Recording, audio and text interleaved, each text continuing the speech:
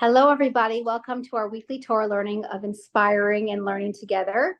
We always like to start off with giving because how we give, that's how Hashem will give to us. So please give generously so Hashem will give you generously. So I'm going to put some coins in the tzedakah box.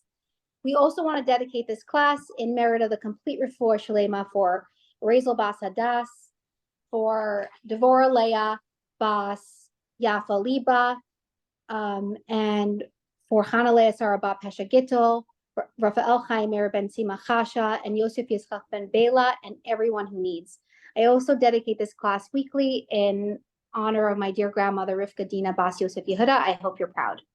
Today, we're going to be recapping the 10 Mivtoyim, which we've been doing the last 10 weeks.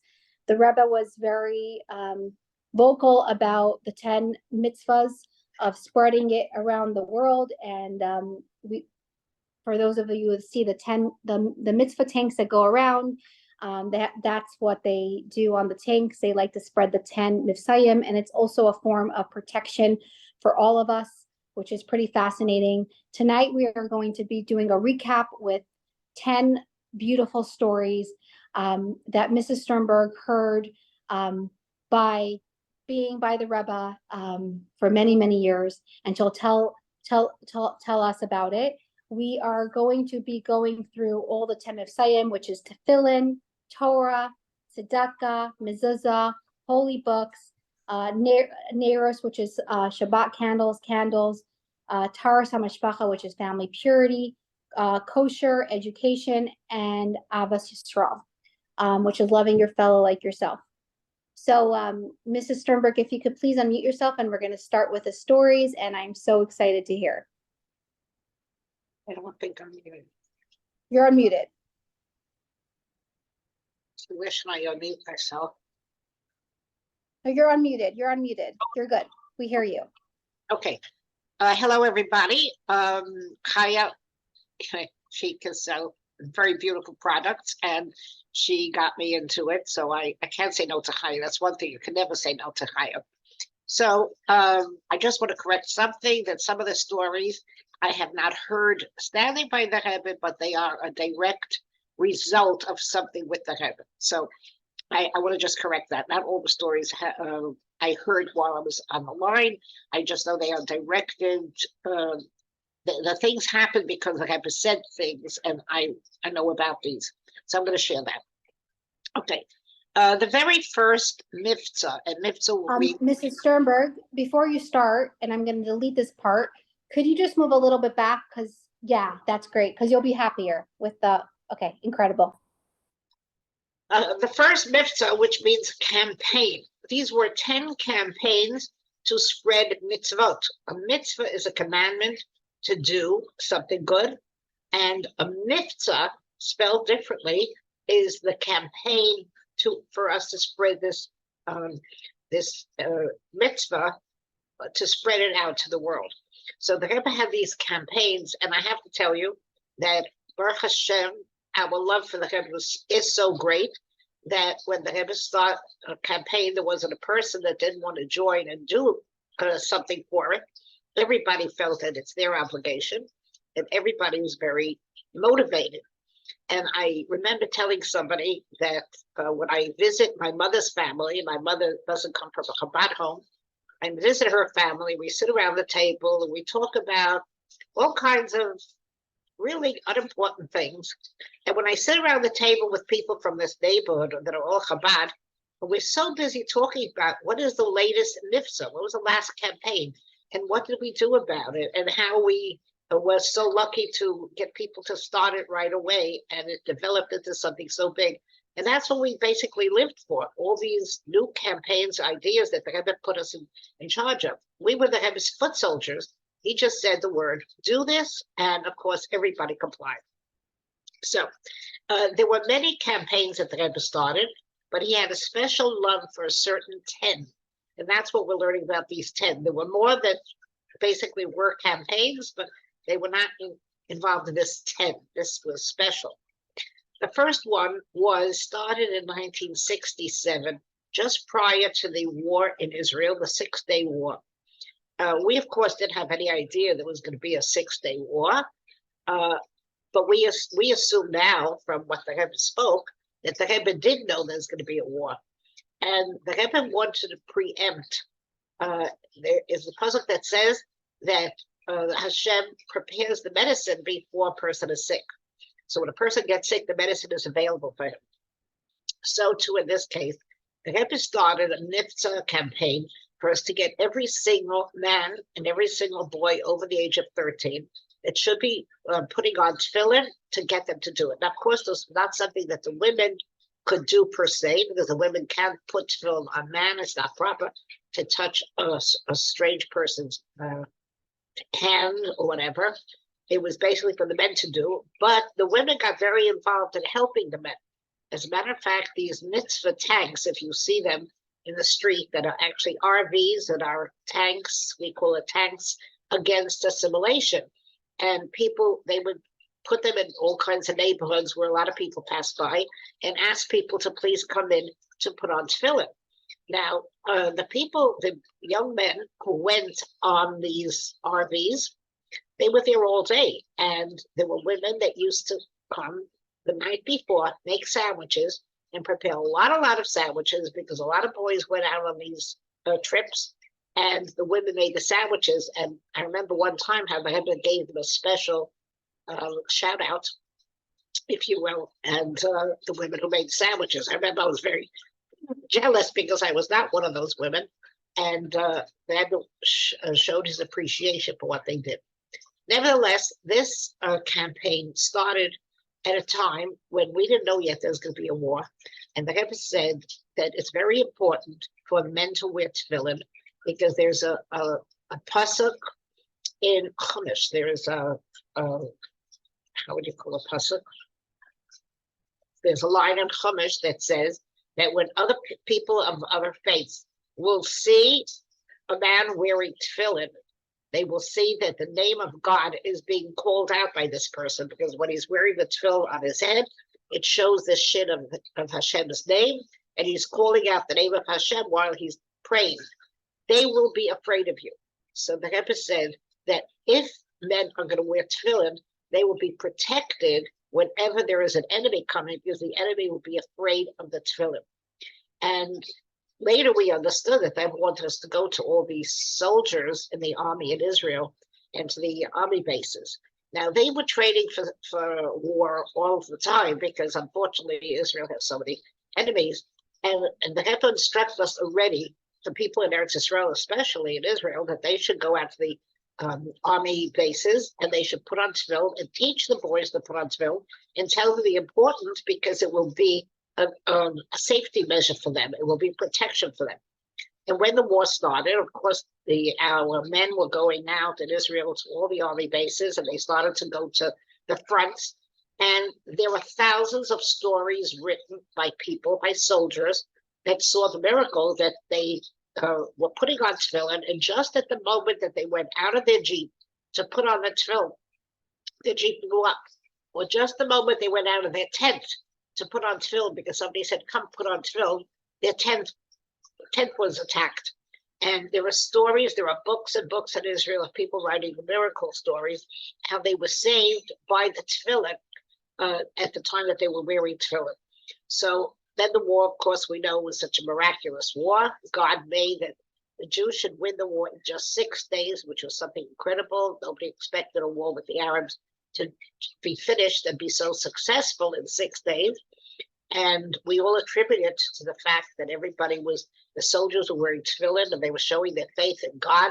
And at the time that they were putting on the tefillin, they said the Shema prayer, and they got very emotional. They felt very close to Hashem. And obviously that helped them win the war. So the Rebbe started this campaign, and the campaign is going on till today very strongly, not only in Chabad. It goes on all over, because everybody has seen the great success it had. Because what happens is, you meet somebody in the street and you speak to them, can I speak to you about putting on tefillin? And they recognize what it is, and they might say, well, I'm not really Jewish. So the person asks if they want to put on tefillin says, well, do you have anyone in the family that's Jewish? And lo and behold, sometimes they say, oh, my grandmother's Jewish, but I'm not Jewish. And they would go on and say, which grandmother? Is it your mother's mother or your father's mother? Because the law dictates, the Torah dictates, that any Jew born to a Jewish mother is a Jew. And whether or not she's married to a Jewish man or whether or not the father is a non-Jewish person, if the mother's Jewish, that person is Jewish. Even if they never did anything Jewish, even if they never understood they were Jewish, and even if they feel in their life they might have converted or they might have done something that made them not be a Jew, that's not possible because a Jew is always a Jew no matter what he did. So very often they come home saying, I can't believe this. I met a man that had no clue he's Jewish, and he got so excited because he heard that his mother's Jewish, that makes him Jewish. And the boys at the time would make like a bar mitzvah with him, because a lot of people don't know what a bar mitzvah is. They think it's a party, but actually putting on film is the bar mitzvah. When the person is 13, he becomes a bar mitzvah, which means a man of mitzvah. And when he is a man of mitzvah, he is responsible to do all the mitzvot that men do. So it doesn't matter if he's 13 or 15 or 20 or 90, because ever since he's 13, he is what's called a bar mitzvah, a man of mitzvah. And it's just, he didn't know about it. So he just, that moment became the bar mitzvah. And these boys usually have some cake with them. They have some drink with them. And they would dance and sing and say, we just gave you a bar mitzvah party. And he didn't expect it. I have to tell you that the person who is affected gets affected for the rest of his life, because it is such an emotional thing to find out that I'm actually Jewish and I have all this of a different life. Although some people are worried that they have to learn, and then these boys usually stay in touch with them. But what's very interesting is that they are so changed because they just find out suddenly that they're actually Jewish. And I have witnessed times when this happened, and I've witnessed it in older people, I've witnessed the younger people, and the emotion is so great that sometimes you just have to stand back and hope you're gonna lean on somebody, because you might faint from all the emotion that's going on, that this man just found out all about his life. I have to tell you that in our circles, every single boy over the age of 13, on Friday afternoon, when he finishes learning at 12 o'clock, they all go to certain routes that they were assigned, that they should help people put on film, people in offices that they don't have time, they don't want to put on film. They'll do you a favor if you come and do it for them. So the boys go every Friday, hoping that after a certain amount of time, the men will get used to it and want to do it on their own. And they have this route that they go to, and it's organized that you don't have the same people go to the same place.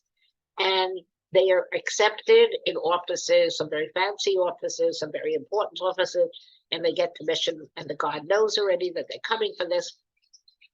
And the boys are very excited to do it, and they won't give it up.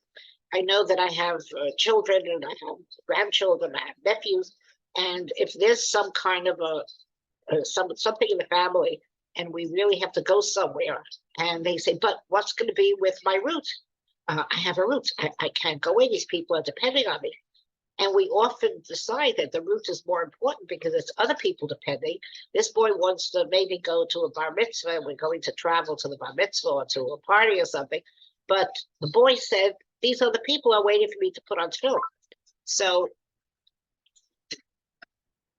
I don't know what to do. I don't want people to call it and disrupt. And the excitement that the boys have about this, and the responsibility that they feel, is just something very beautiful. I have to tell you a story that I heard just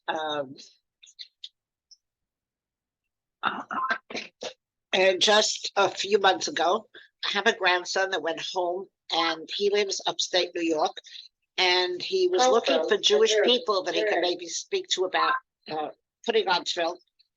And he went to the computer and looked up any name in the phone book, and he was looking for Jewish names. And lo and behold, he found a Jewish name in a neighborhood that's very desolate. Very few people lived there, and surely he didn't think Jewish people lived there. But there was an address of a man, a name and an address, and he went.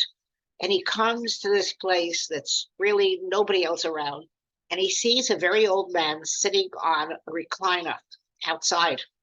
It was just beginning to turn warm. And he goes over to this man. He says, "Hello, are you Mr. So-and-so?" And he says, "Yes. Who are you?" So he said, "Well, I'm a student of a yeshiva in New York, and I wanted to speak to you about something." And he says, "Are you Jewish?" He says, "Of course I'm Jewish. Unfortunately, I live here where nobody else is Jewish and nobody knows me and nobody cares about me. But this is where I live because I don't have any place else to live." And this grandson says to him, "How many years are you living here?" He says, "Well, I'm 91 years old now. Let's see how long I'm living here." And he couldn't even count how many years he's living there. And then my grandson said, "Tell me, do you ever put on tefillin?" So he had to think for a while if he happens to know what the word is. And then something came into his mind, and he said, "Yes, actually, I know what tefillin is, but I never put it on because nobody taught me." And my grandson asked, "Do you want to put it on?" He said, "Of course, I would love to. I have no idea how, and I don't know where to get tefillin because I live in this godforsaken place." But of course, my grandson came with a pair of tefillin, and he helped him. And this man was crying. He was so emotional. He said, "Do you believe that I'm 91 years old and never put on tefillin? Could you believe such a story?" Anyway, my grandson was very touched. He's 17 years old. And he said, "We have to do something for this man." And he started a whole meal chain that people should bring him food and people should go visit him because he didn't want to move away. He's too old to move. But my grandson felt sorry for him. And he was so touched by all the Jewish things that he remembered vaguely, and things were coming back to him. And this brought him back to a source of Yiddishkeit. I want to tell you, when a man puts on tefillin, he says the Shema. He says a blessing and he says the Shema. And there's something very special about saying Shema. You're saying Shema Yisrael, Hear O Israel, Hashem Elokeinu, our God, Hashem Echad. He's just one. He's one in the world. And it gives people a certain understanding that, just a minute, I'm connected to God. I'm connected to this one. And there is something special that happens at that time.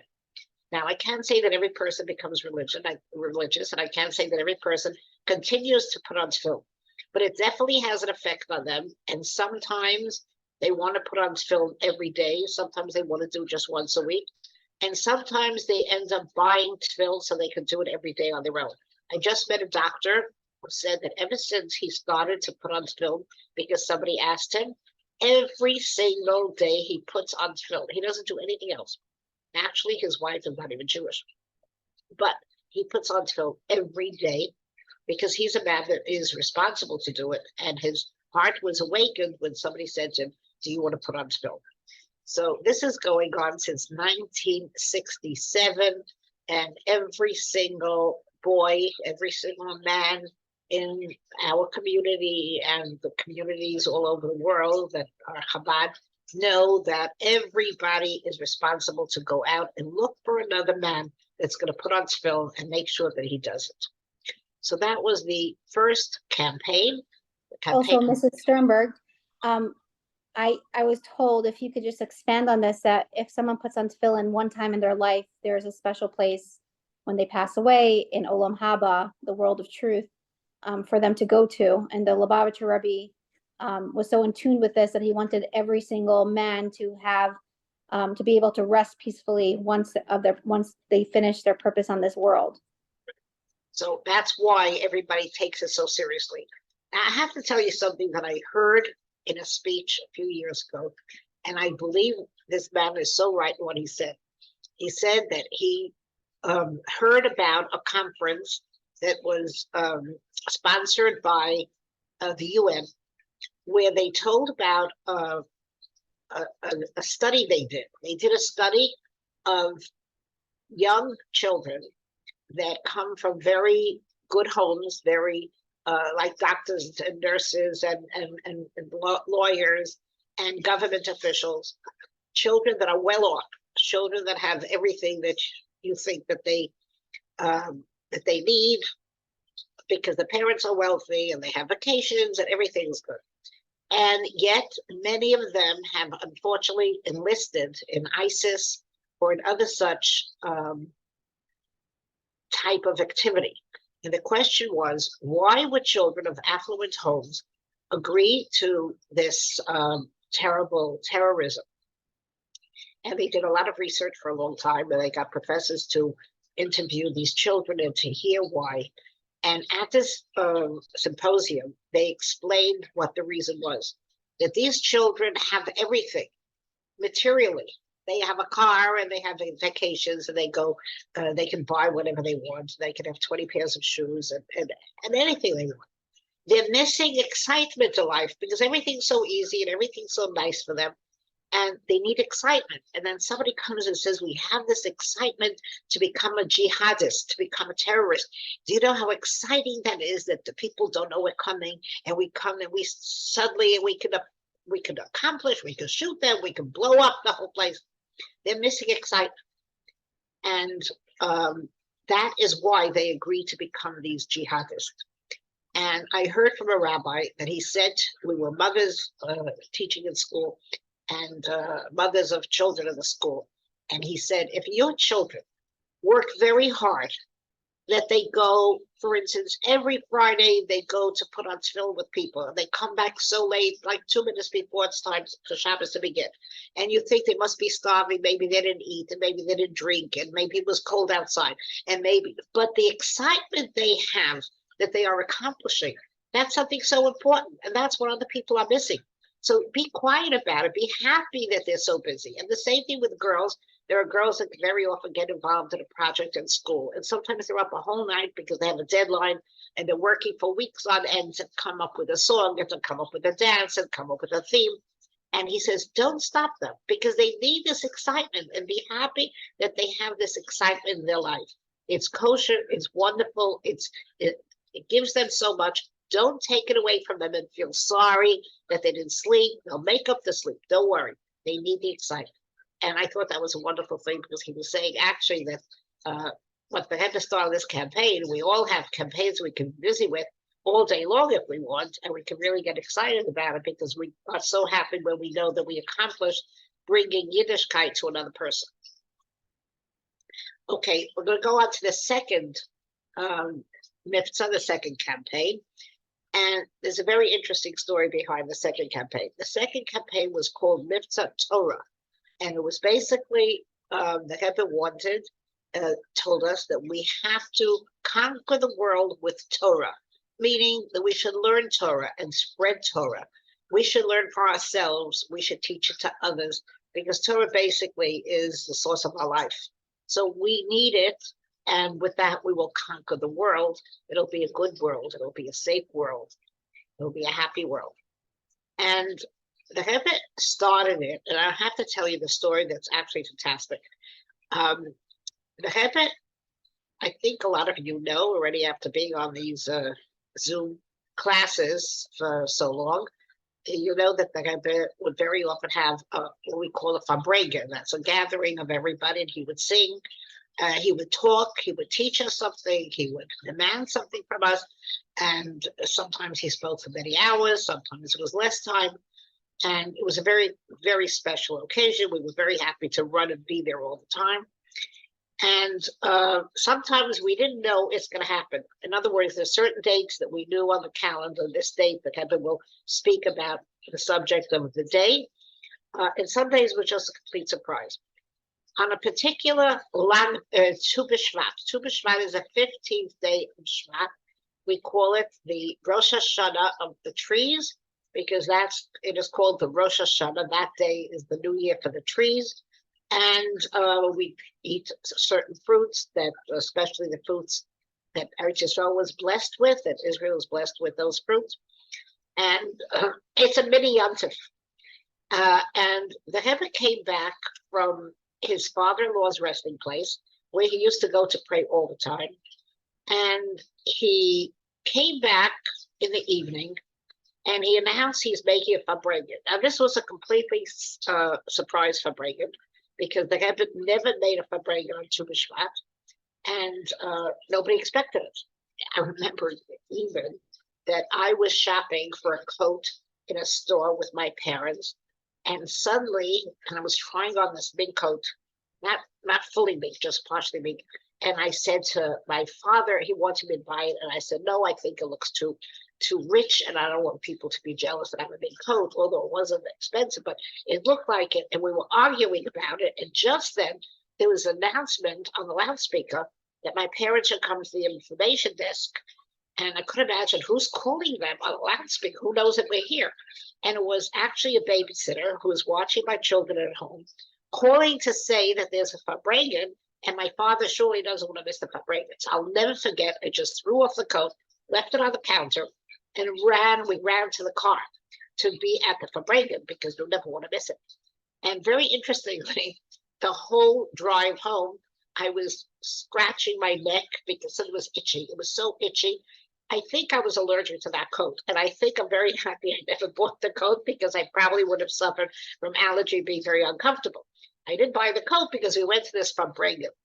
And the Rebbe at that farbrengen said that he's starting a new campaign that we should conquer the world with learning more Torah.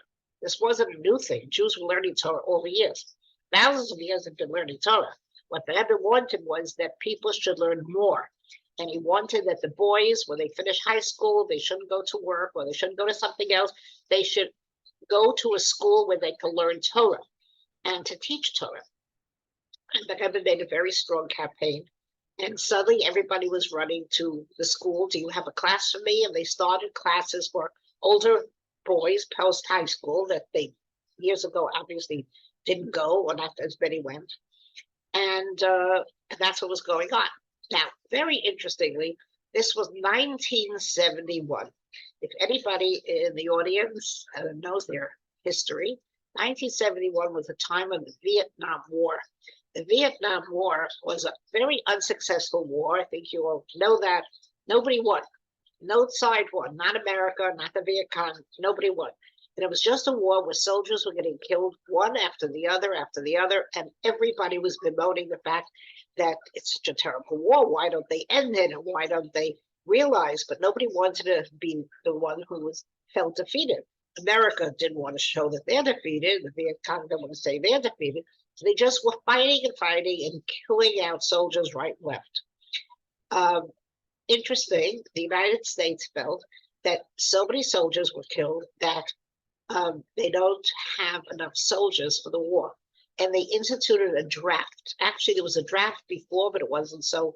They didn't send people to the army. And suddenly, every boy of 18, no matter what, has to go to the army. There just weren't enough soldiers.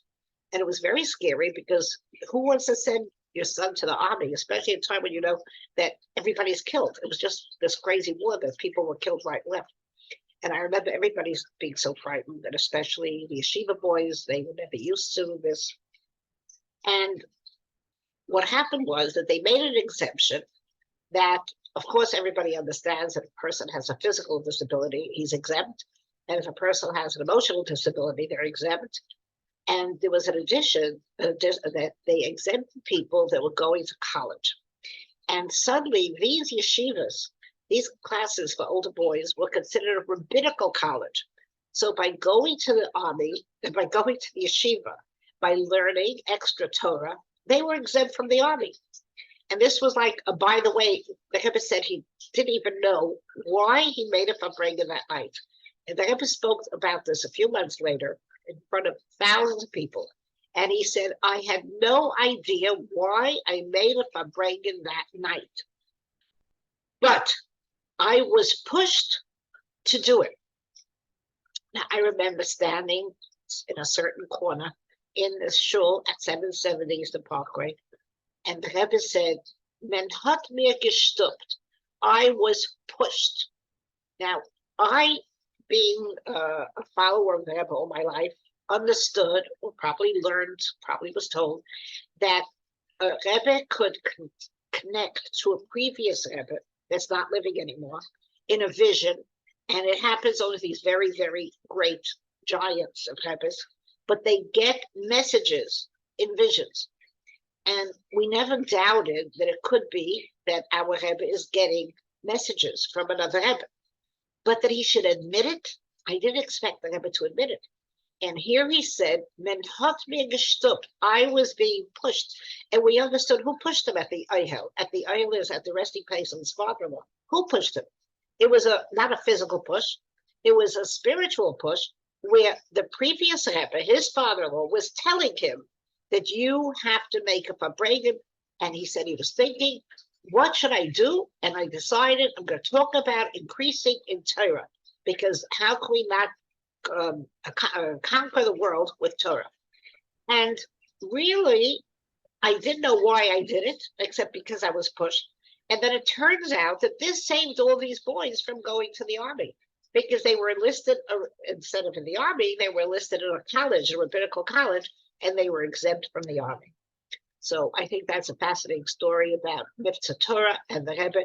Actually, when he told us that he was gestuppt, he was pushed, I tell my students when I teach them, but I wish I could take them to the shul and show them the place that I was standing, because I remember I was so riveted to my place that the Rebbe is telling us this deep, dark secret that he does have the connection to the previous Rebbe, not only in his mind, but after he hears a message from him and he acted on that message. So that was a lesson to me that Wow. I'll never forget. Wow. So I want to add something which I think everyone will find fascinating, and I did. Recently, I heard this story from my father, who in the Vietnam War was a lot of people, he told me a lot of people were drafted, and certain students had exemptions, but they decided that my father learned enough and they wanted to draft him. So he went for a physical exam, a physical eye exam, and an IQ test, and he passed. And he was given notice that he can't leave the house for more than 2 hours at a time. And he was very, very nervous because there was someone in the community that he knew that was drafted as well. And he unfortunately passed away during this time by serving the country. And he didn't know what to do. And he was so nervous. And he wrote a letter to the Rebbe, but my father didn't get a response. They went down with like the top lawyers and nothing. It fell on deaf ears. They said, sorry, you're going to the army. You passed the test.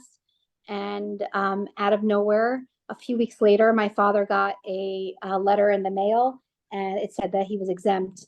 And I got the chills while you were saying the story, because, we hear these stories and it's a beautiful story, but when it's actually a story that connects to your own father and your own family, it's pretty fascinating. And I'm so thankful to our Rebbe for really saving my father, because who knows what would have happened if he would have been drafted, a yeshiva boy.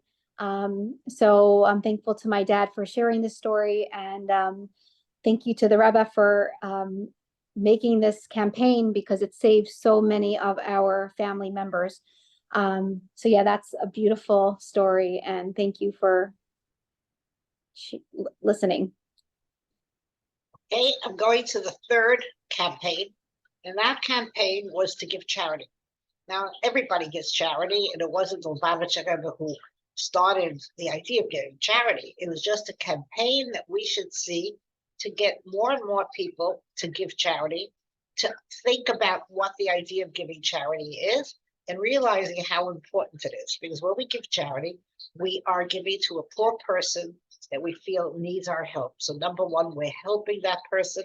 Number two, we're acknowledging to God that we, thank God, have money, even if we don't have a lot of it, but we do have, so we can share with somebody else. And it's a way of thanking God. It's very interesting that the Rebbe told us that every time we give stuff, no matter what the amount is, God is so happy with that what we're doing.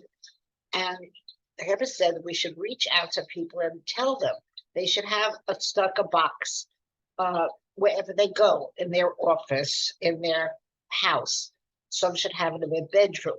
The Rebbe told people that came, I know when the Rebbe was standing online and giving people dollars on Sunday, people would come and ask for a blessing. They're going to the operation, or they're going for some treatment to the hospital. And the Rebbe said, be sure to take a pushka, a tzedakah box with you to in the hospital. So you'll be able to give tzedakah every day to thank Hashem for everything good that's happening, and hopefully asking for a blessing for a complete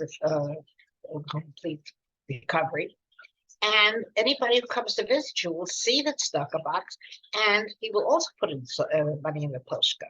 So that's going to cause another person to do a mitzvah, because every time a person gives tzedakah, he's doing a mitzvah. I have to tell you something very interesting that happened in 1988. It was just a few days before Rosh Hashanah, and the Rebbe had how should I say, a tradition that he would bless the women for the new year in a special address to all the women in the neighborhood. The big shul of 770 was evacuated from the men, and they had to go somewhere else, and the women took over the whole shul. They took over the men's section, they took over the ladies section, and everybody came to hear the Rebbe's holy words. And that year, the Rebbe suggested, amongst the blessings he gave for the new year, he suggested that every woman put a tzedakah box in her kitchen. And the Rebbe said she should attach it to the wall of the kitchen, and that way her house will be blessed. And he explained that a tzedakah box is a thing of mitzvah, because you can only do a mitzvah with a tzedakah box. You can't do anything else with it. If you attach that to the wall becomes part of the mitzvah. Now, every wall in the house is connected to the other walls. So that makes all the walls of the house collectively become a dvar mitzvah, a thing of mitzvah. So the whole house becomes a mitzvah house. So the Rebbe said, everyone should take a pushka, a tzedakah pushka box, attach it in a very good place in the kitchen that everybody can see where it is. And the purpose will be that when a woman is cooking at home and she's preparing her meal and she realizes she has, thank God, she has money to buy all the ingredients for what she's cooking. And she thinks that there are so many people that are not as fortunate as she is because they perhaps don't have money to cook supper. Perhaps they don't have money to make a meal like she is. So she gives charity for the poor that don't have the money. At the same time, she's thanking God that she does have the money. And then the Rebbe said, and when neighbors come to visit her in the kitchen, and they're having a coffee for breakfast or whatever, they'll be talking to each other, and the neighbor will notice the tzedakah box, and she'll also put in tzedakah. So she will cause the neighbor to do a mitzvah.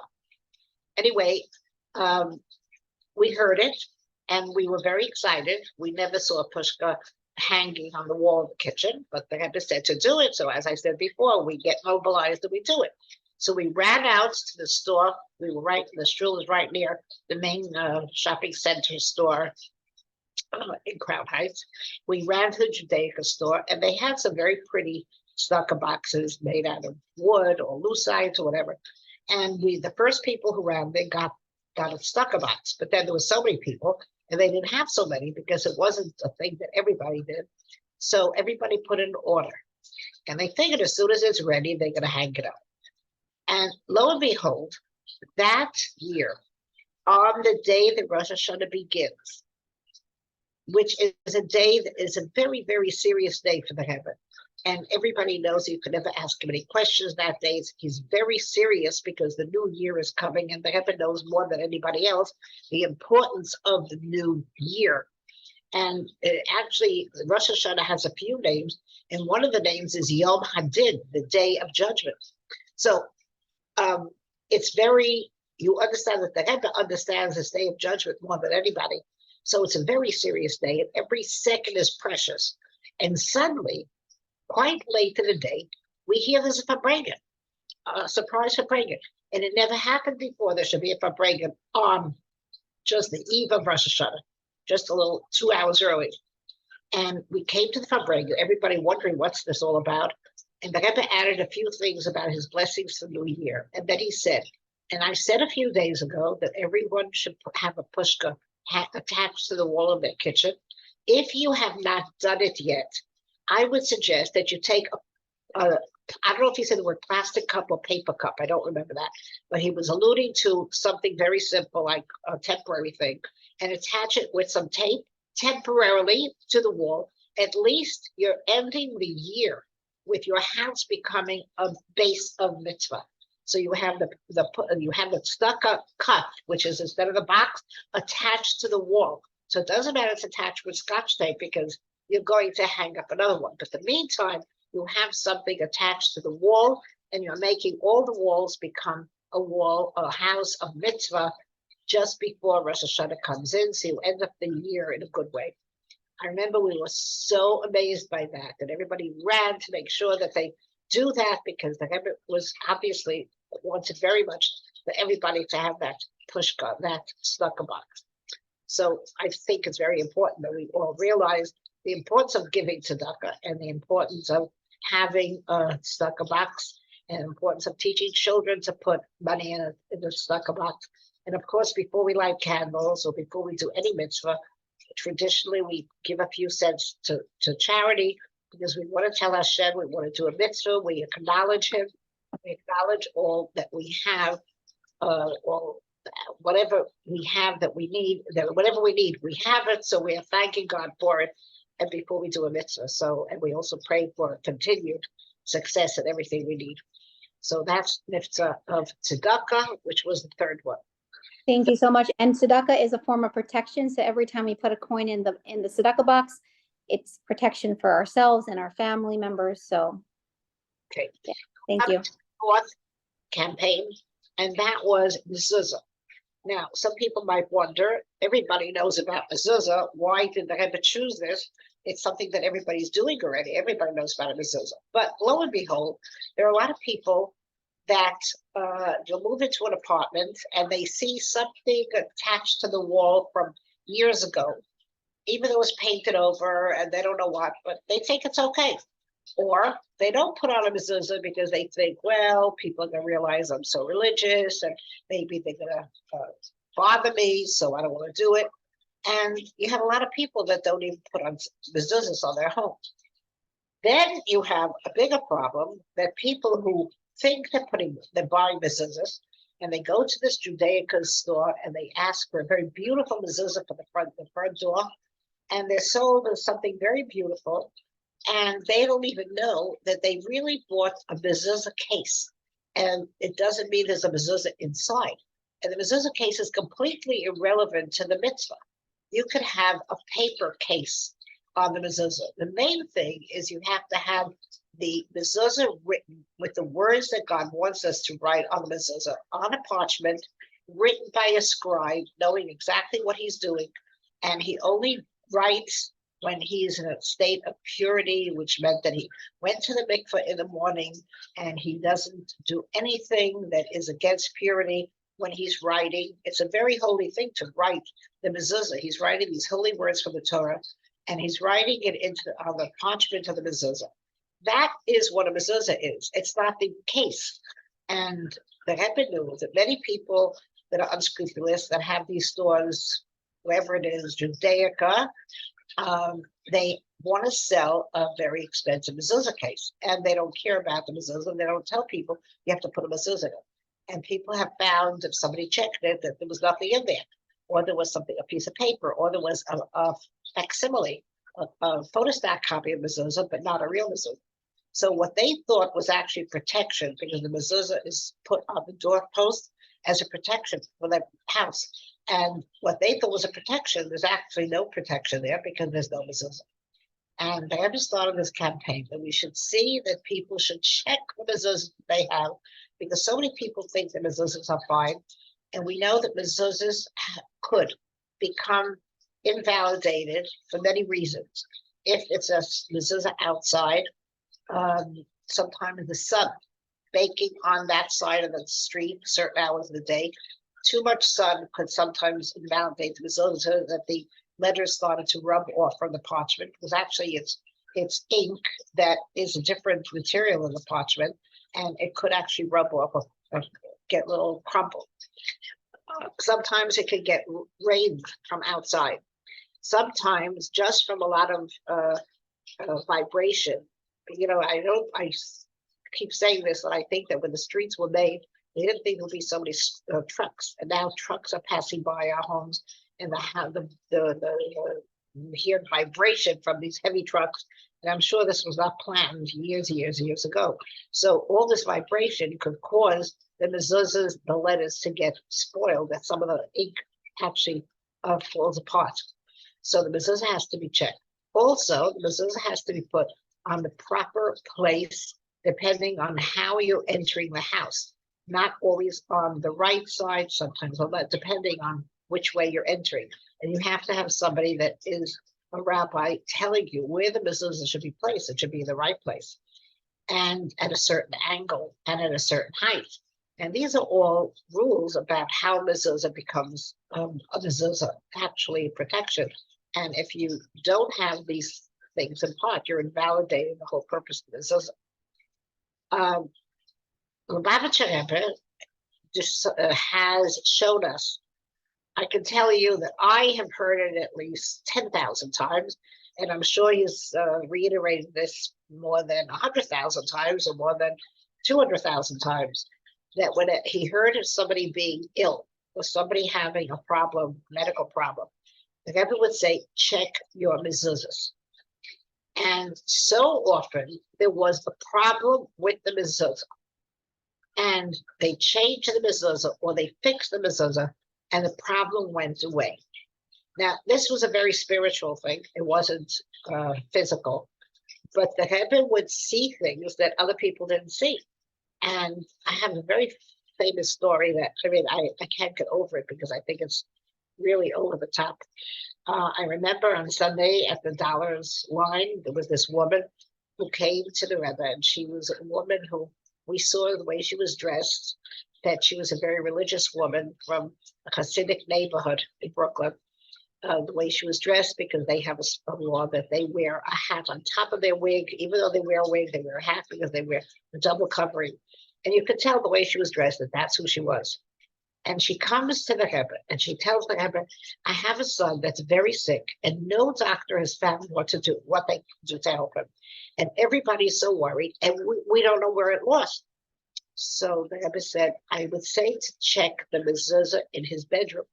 So she said, Rebbe, I'm such a religious woman. I have kosher mezuzahs, as if to say, I'm not somebody that doesn't know what they're doing. I have kosher mezuzahs.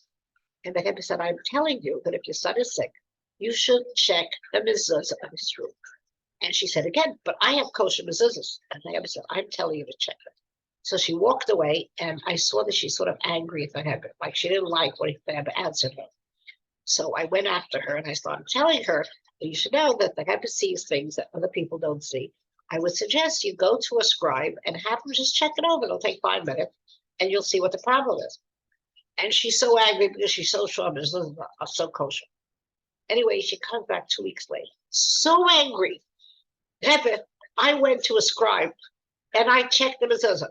And he told me the mezuzah is kosher. And the Rebbe said, I am telling you that if your child is still sick, then the mezuzah cannot be kosher. The Rebbe said it very emphatically. So she said, but Rebbe, I went to a scribe and he said that mezuzah is kosher. So the Rebbe said, if your child is still sick, the mezuzah cannot be kosher. She was so angry that when the Rebbe wanted to give her the $1, she refused to take it because she was so insulted by that. She went to a scribe, but he said everything's okay. And the Rebbe said it's not okay.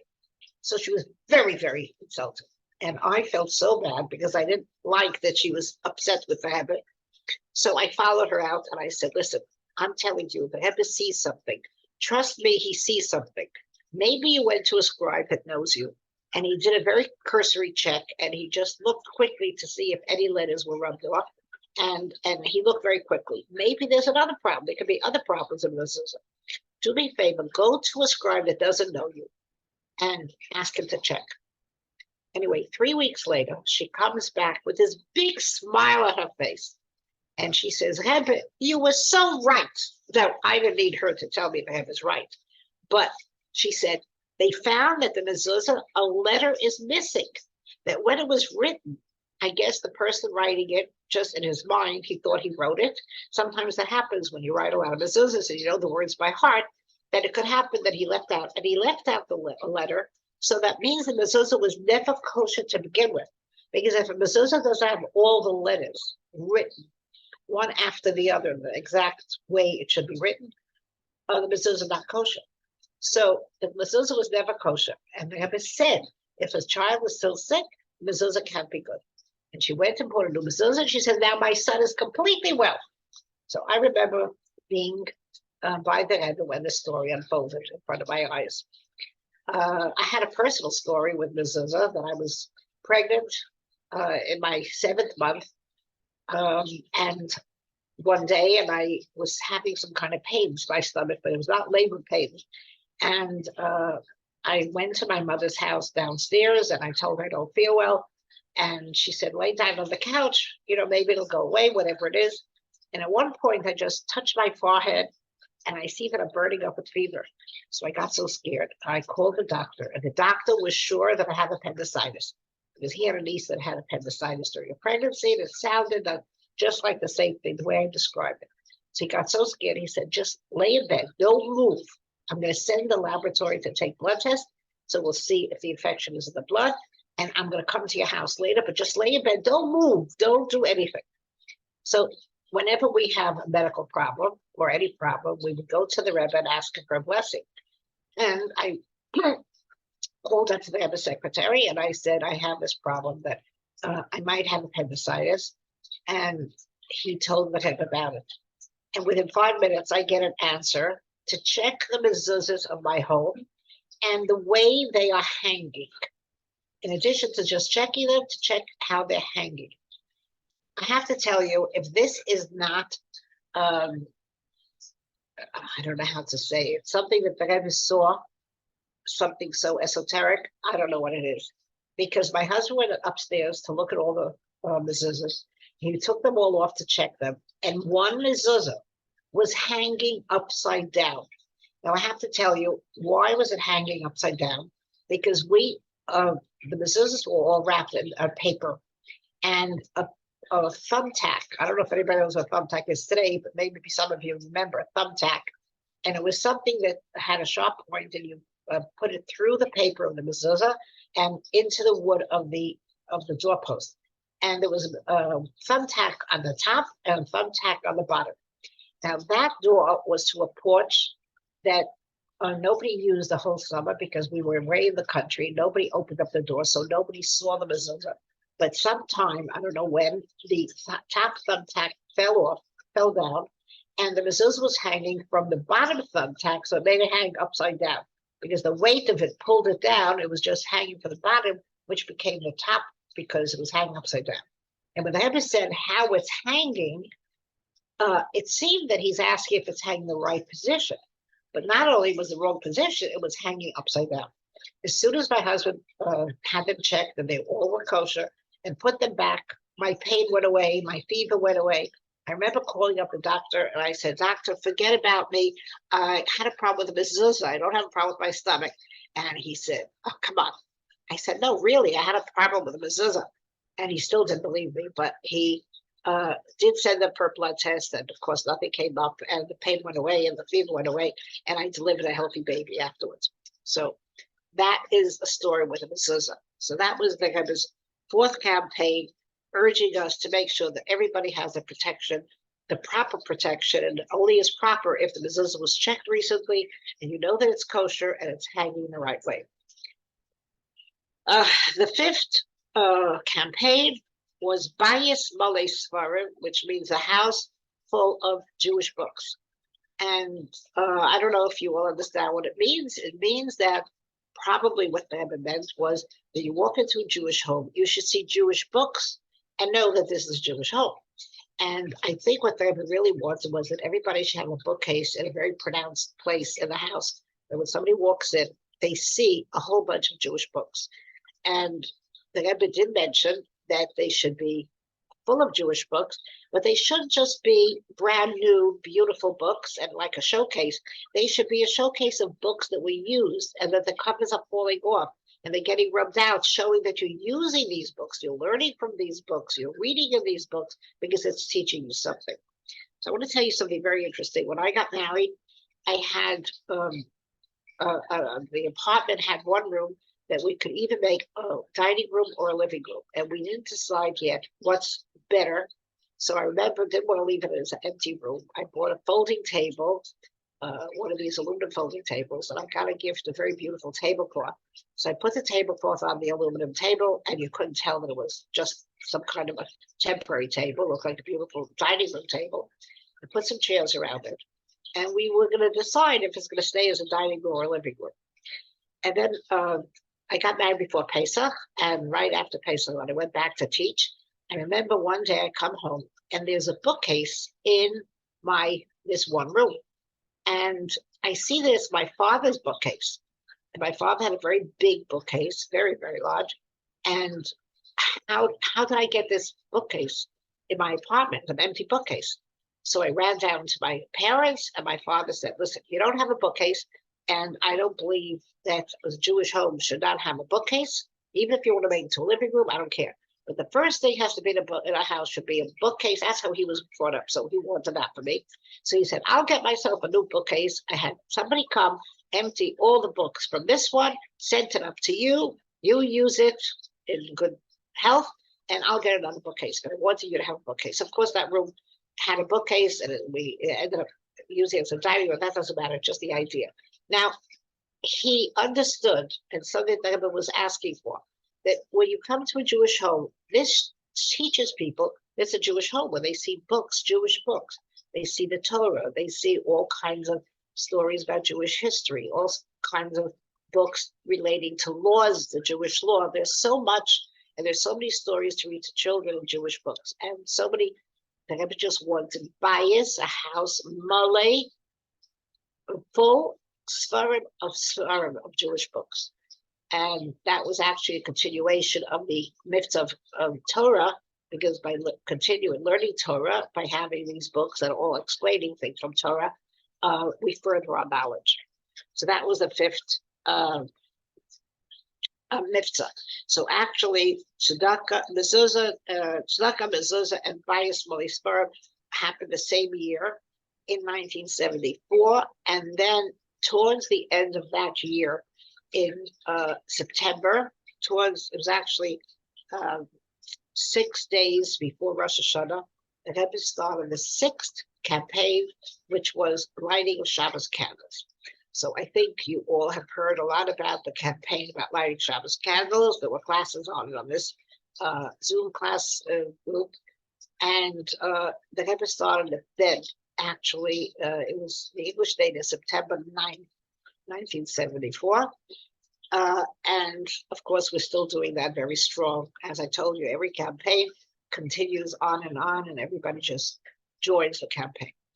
There are many, many stories I can tell you about people whose lives have changed because they started to light the Shabbat candle, and the Shabbat candle brought them to a feeling of holiness, a feeling of what Shabbat is and what Jewish religion is and what holiness is. And there are so many stories. So Chaya has a very beautiful story to share. So let us start. So how much longer are we doing this? Okay, so this story was recently told to me by Rabbi Shalom Dober Lepkowski from Kfar Chabad about my great-grandparents who were on shluchas in France, in Paris, France.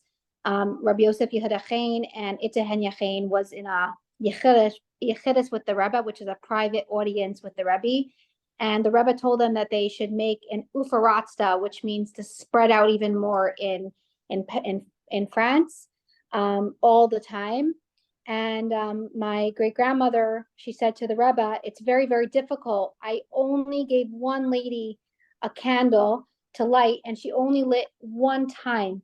And the Rebbe responded that one time to light candles is a lot. It's a big deal.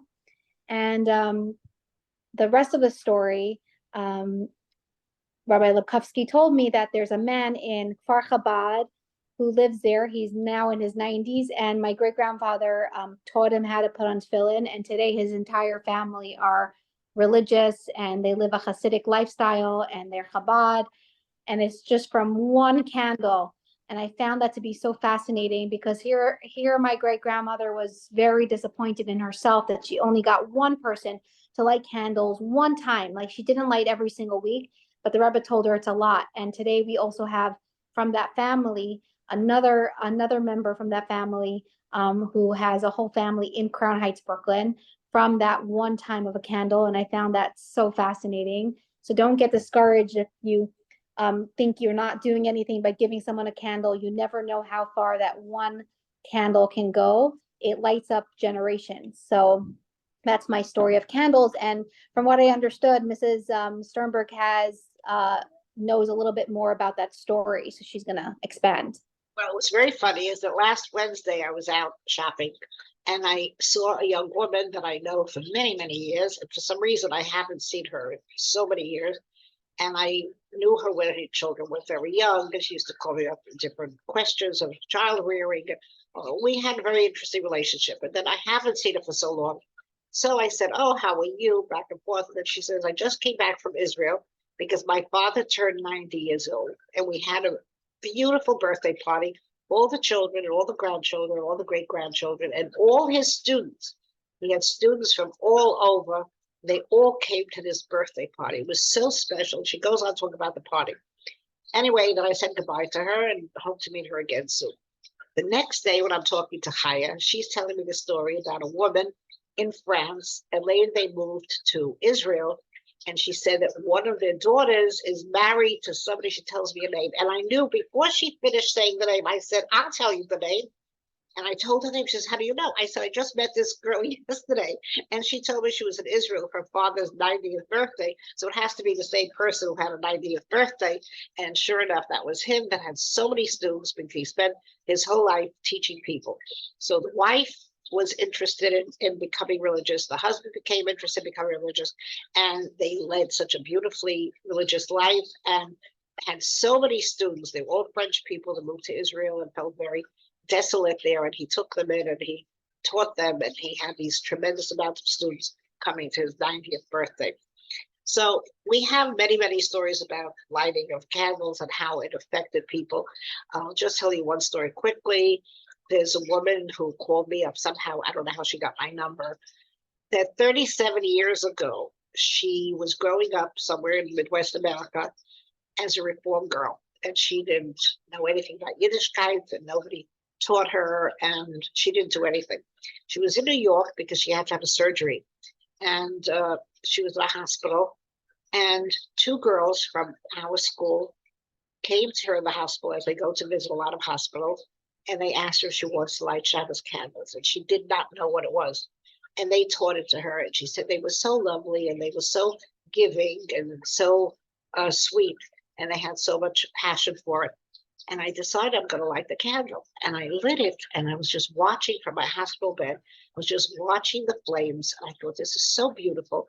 And I made a blessing on this. This is so beautiful. How come no one told this to me?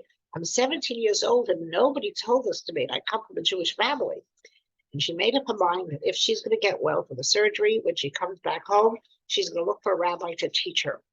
And she came to this rabbi. It was a Chabad rabbi in her state. And she learned with him 3 times a week. And she kept on learning. She was very, very interested in learning. And she became totally religious. And she got married and has children and grandchildren, all religious, wonderful. She's even Chabad. And she just couldn't get over it that this one candle brought her such a change in her life. And 37 years, nobody knew the story. And she said to me, "Do you think you could find out who gave me the candle?" I said, "I really have no way of doing it," because she didn't know the name. So we don't have a list of who goes out to hospitals. They just go on their own. Everybody does it. And I keep telling people, maybe I'm never going to know if you were successful, because maybe the person wants to do it and maybe they don't want to do it. But I assure you that at some point, this person will agree. Because I once had a lady tell me that she didn't want to light candles, and she was approached so many times. And then she said to herself, if they come after me 100 times, on the 100th time, I'm going to agree. And sure enough, she claimed she counted. I don't know if she counted 100, but at one point she started to agree, and her whole life changed because she got so emotional about the candles that her life changed, and it was just beautiful. I just want to tell you that the concept I don't know, a lot of people that light candles, but if they're not religious at the time, they feel that maybe they're embarrassed at the lighting because they look too religious and maybe people will make fun of them. I want to tell you, I was once in the hospital. I had a problem with my back. And I figured it's Friday. I have to light my candles. I have a place in the sink. I could put my candle holders in the sink. So there's no way of it, no danger of a fire. There was no oxygen in the room for anybody. But I had a patient there, another patient in the room. And of course, she was not Jewish and it was a very old lady, and her daughter was sitting near her. It was just the old lady who was sleeping the whole time. I wouldn't have worried. But the daughter was there, and I figured, how do I tell the daughter that I want to light candles? And I didn't know what to do, but I have to light the candles. So I'm thinking, worried a whole Friday. At one point, I got the courage to go over to them and say, listen, I want to just tell you. And I started explaining to the importance of me lighting the candles. I said, I hope you don't mind. And she said, oh, I think that's beautiful. I want to be blessed from those candles. Oh, can I watch you do it? Because I want to be blessed from those candles. And here I was sitting for hours worrying, how am I going to get this daughter to agree? And she was so eager. So sometimes we are more afraid of what people are going to say, and they don't even mind, or they just opposite, they think it's beautiful. So I think that we have to be very proud of our religion. We have to be very proud of the mitzvahs we do, and not think so much what other people are saying, because most of the time they're not saying anything negative. And if they are, so what do you care? It's not you. You have to do what you have to do. So that's just a little pitch for those people who are a little bit hesitant to light candles because maybe they're not yet so observant. They're afraid people can make fun of them, and never be afraid of doing what you feel is important, and never be afraid of doing what you feel is something that God wants of you. I would love to tell you a lot of stories about the candlelight campaign, but it's getting so late, so I don't think I can do that. So we're going to go into the next campaign that came out the same year, a few months later, actually. It was not yet 1975, it was the Jewish year already switched. And that was a campaign to reach out to women to keep the laws of family purity. And it was very, very much for us letting people know the importance of keeping it scrupulously and the importance of the blessings that come from it, because children are affected by their mothers keeping the laws of family purity. And there are always ways to correct, even if in the past you have not kept.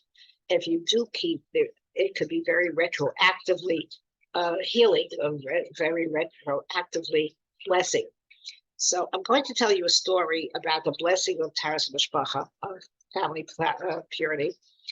The Rebbe felt very strongly that a woman who has problems conceiving should reevaluate everything she learned about the laws of family purity to make sure that she knows every detail properly.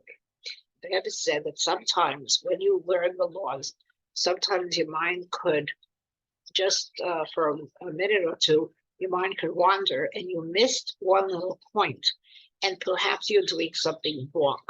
And that could be a deterrent for the blessing, for God's blessing to bless you with a child. So the Rebbe would tell people to go over the laws very scrupulously to make sure that you're doing it properly. So I want to tell you a story that happened to me in I would say it's 1991, in the summer. And in the summer, the dollar line was so long that I would come back like 8 o'clock in the evening after a whole day standing on my feet, but it went on so long. And I came home and I remember being very tired, and the phone rings. And a lady's on the phone and she says, hello, is this Lubavitch? Because on our candlelighting brochure, there's a number for people to call about candlelighting, but they use it for any questions they have. And she calls up, is this Lubavitch? And instead of answering her, we're a branch of the General Lubavitch. We call Lubavitch Women's Organization, but she was so nervous. She says, you see, I have to go to the mikveh tonight, the first time in my life, and I was given the phone number, and they closed, and I don't know what to do. And she's so nervous. I said, take it easy. I'll find you a mikveh. There are plenty of mikvehs. I'll find you. Where do you live? And she tells me where she lives, which is 20 minutes from my house. which is 20 minutes from 770 Eastern Parkway. So I tell her does she know where 770 Eastern Parkway? She says, yes, I was there today to get $1. I said, oh, so 1 block away, we have a beautiful mikveh. She says, I can't go there.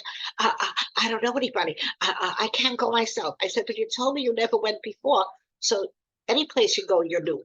But she wasn't making sense. She was just very nervous. Anyway, I felt so bad for this woman. So I said, you know what?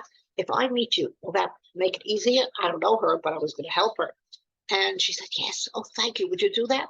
So I told her where I'll be with a brown car. She has a red car, whatever. And I took her, and she was so happy.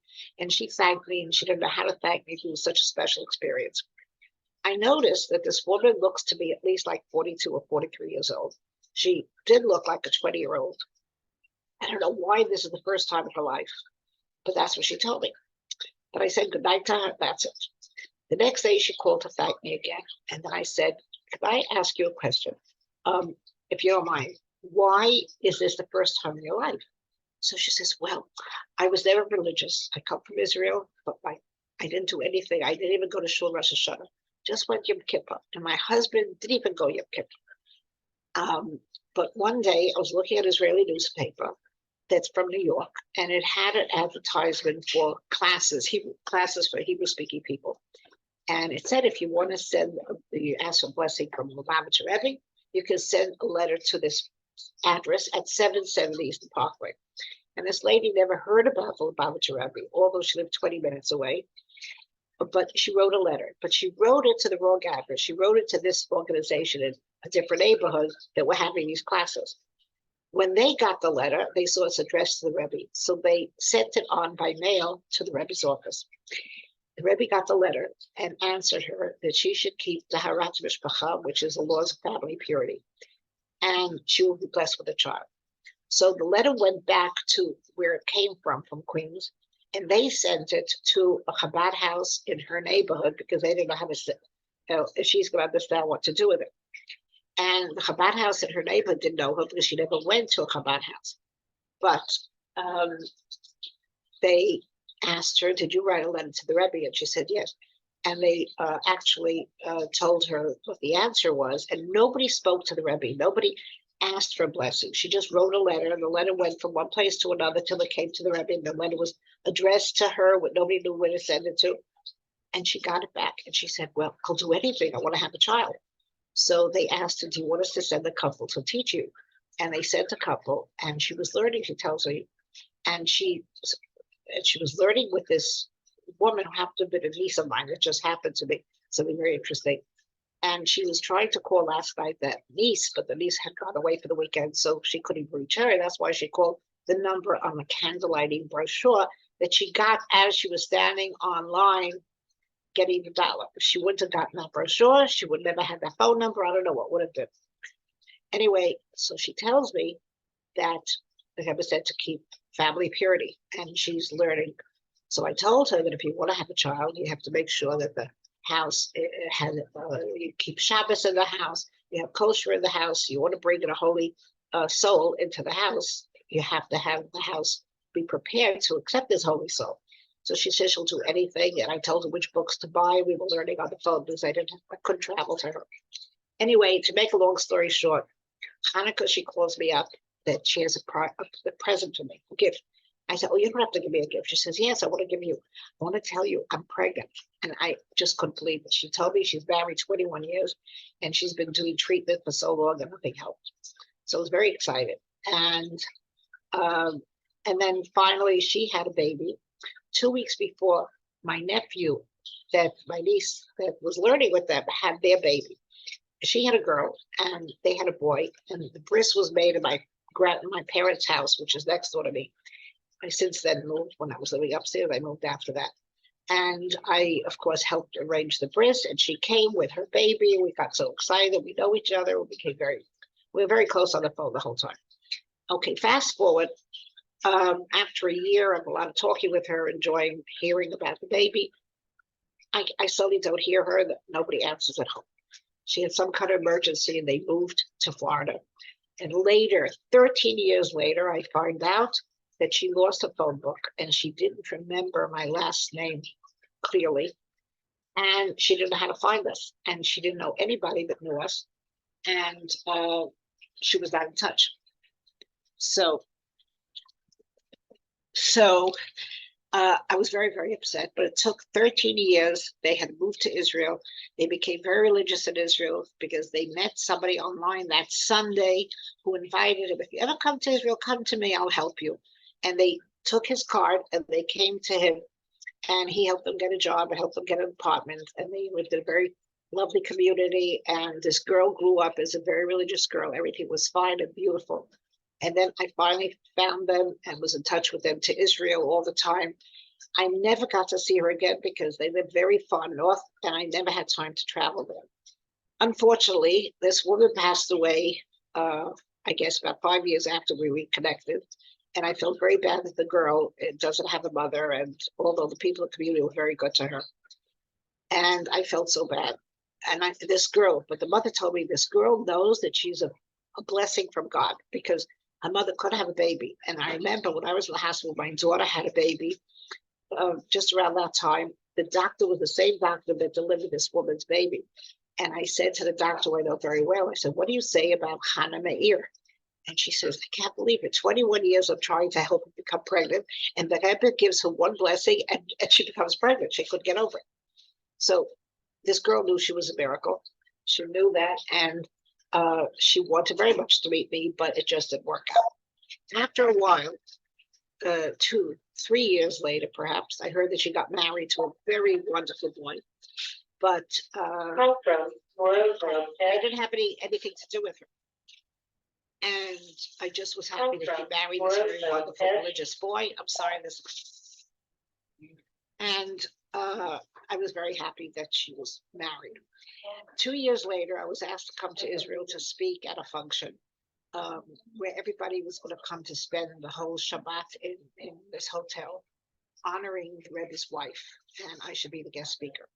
So the lady that was in charge of the program happened to be the lady who her husband invited these people to come to them. So she knew very well about this young woman.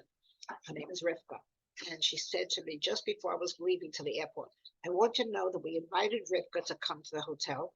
And on Shabbos day, you're going to tell the story and she's going to tell her story. So everybody can hear the whole story, like full circle, how it started and how it is at this point.